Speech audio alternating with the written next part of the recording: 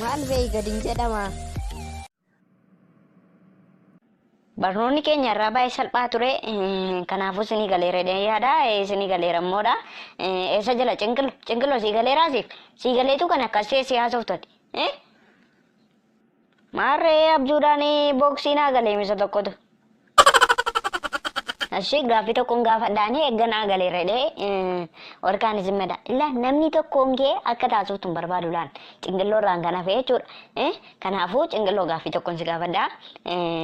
Konkolaataan tokko 5 meetir per sekendiidhaan deemee 5 meetir per sekendiidhaan yoo deebi'e lakkoomsi taargaa konkolaatichaa meeqa ta'a? Deebisi ka. Amma ta'e seena jeeqaa ooltanii deebisi kaan siin jedhe. Era teacher maanni Israa'eelaa inni maan bayi gadii naan jettanii maal tamma kana sin joorsee bayi gadii koon jedhama.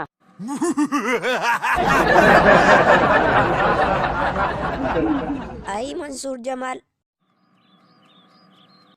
Ilma koo utuutti lammaffaa namatti kolfitu akkan sin agarre. Maaliif abbaa maal rakkoo qaba maal? Wanta ati namatti kolfitetu sirra gaa kanaafidha ilma koo. Ay Mansuur. Ay Mansuur Jamaal. Maalni ilma koo maal taate? Akka Mansuur Jamaal sooromuu barbaade.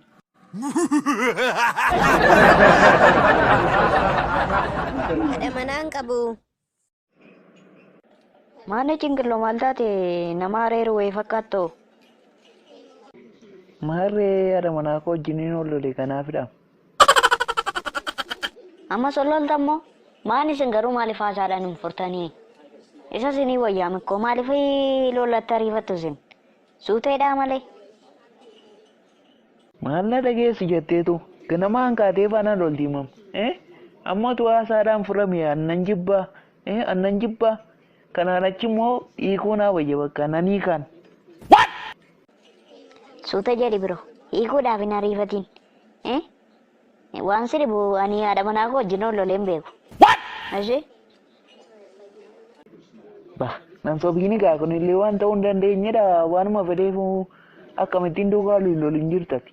Falli yoo jiraate natti himi. Anis karan ittiin duukaa loluu dhiisuun barbaadadha. Haadha manaan hin qabu kanaaf hin duukaa lollu.